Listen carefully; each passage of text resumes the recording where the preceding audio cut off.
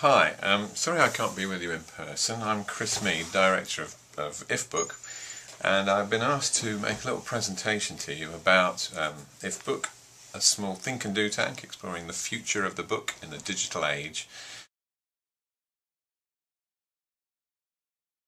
One of the things that the Arts Council has generously funded is the FSO Flow network. Now this builds on the work of Flow, the collection of friendly literature organisations which were meeting regularly when I was still running Book Trust, and we were looking at where the sector was going and how we might work together. And one of the main things that we came up with was that actually we ought to be, as a sector, absolutely at the forefront of what's going on around digital media. Literature organisations are small, dynamic. They're used to a kind of mixed economy of funding and earned income.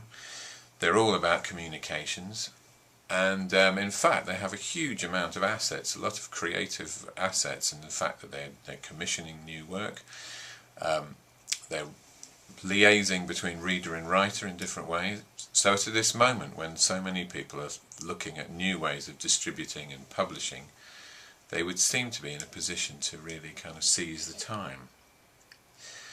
One of the first things that IFBook did was some research for Arts Council England, a report called Read Write, which I hope you've seen. And one of the things that we found was that so many organisations in this sector, as in lots of others, are kind of in a process of massive transformation, whether they've noticed it or not. For instance, the organisation like the Poetry Society, which years ago I used to run, we had a website then. We created a website as basically a leaflet for our real activities which happened on paper and in our building.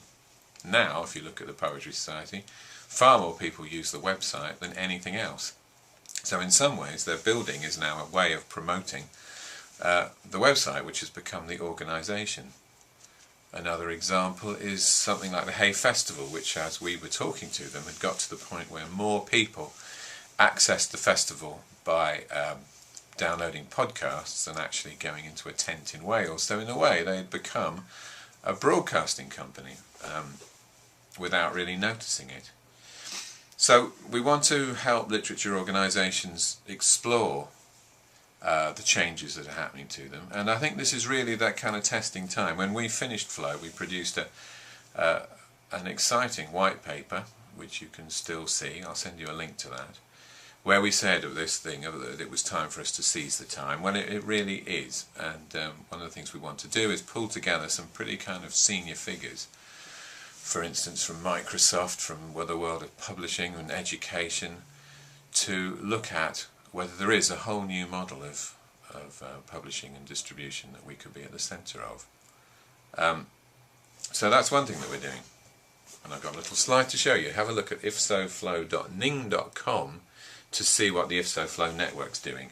We ran an Unconference earlier this year, kind of one of those words for getting people together in quite a free setting where they can decide what's worrying them and what they're thinking about. And we're going to run similar events around the country in the next few years.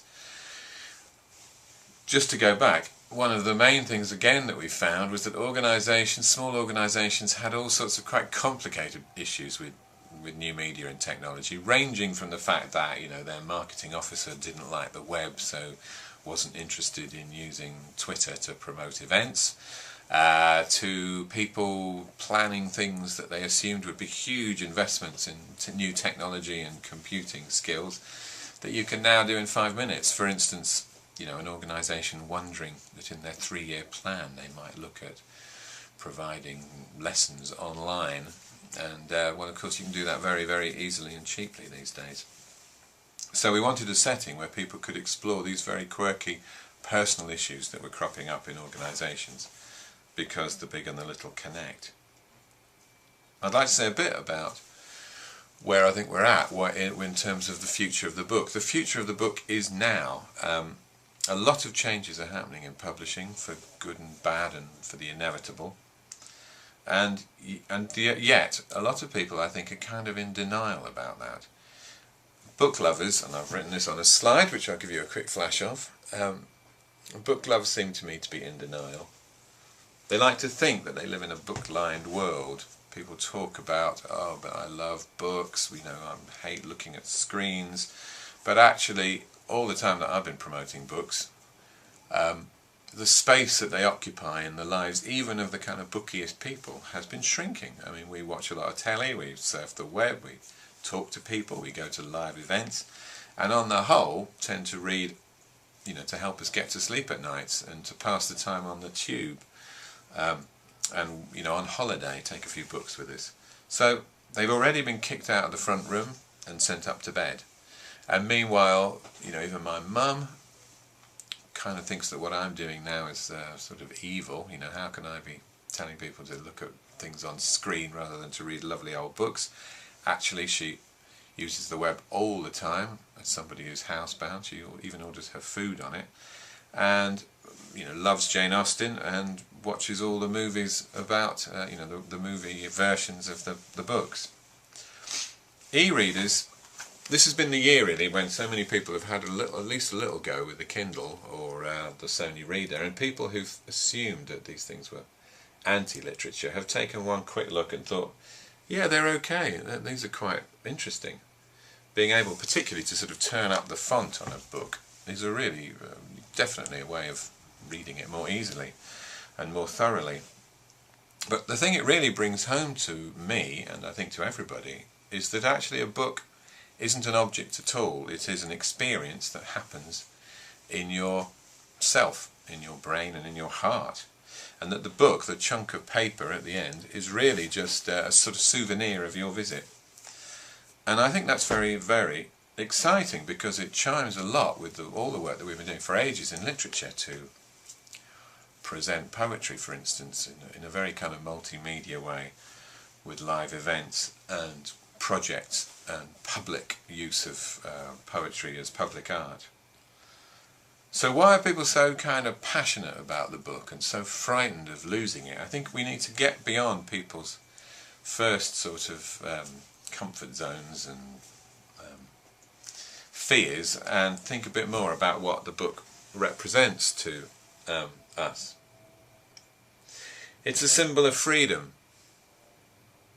The free reader choosing to read what they want, where they want, writing obviously freely without all the constraints of big budgets and all the things that impose themselves on other industries and communications.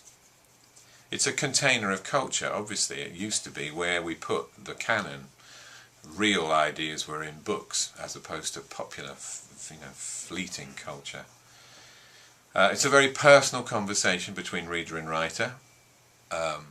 Intimate, although actually, of course, up until now, passive, in that the writer couldn't write back to immediately. Now they can. It's a bounded entity, and in a world of sound bites and things that, this great torrent of information around us, people look to the book for a sort of single-authored, extended work.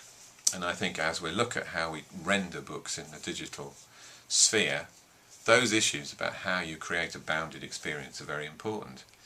The main thing is that it's a constantly changing form, from papyrus scrolls to the codex to the paperback, and now moving beyond.